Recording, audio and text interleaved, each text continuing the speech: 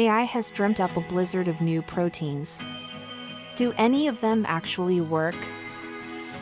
AI-designed proteins are emerging rapidly, but discerning their functionality remains challenging for researchers in the field.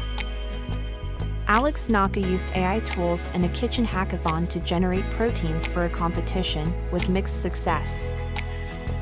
Protein design competitions like those run by Adaptive Bio help sort effective proteins from the rest, boosting field innovation.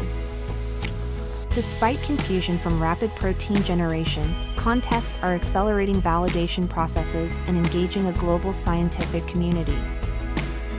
Competitions draw inspiration from past successes like CASP, crucial for advancing protein structure predictions with AI breakthroughs like AlphaFold.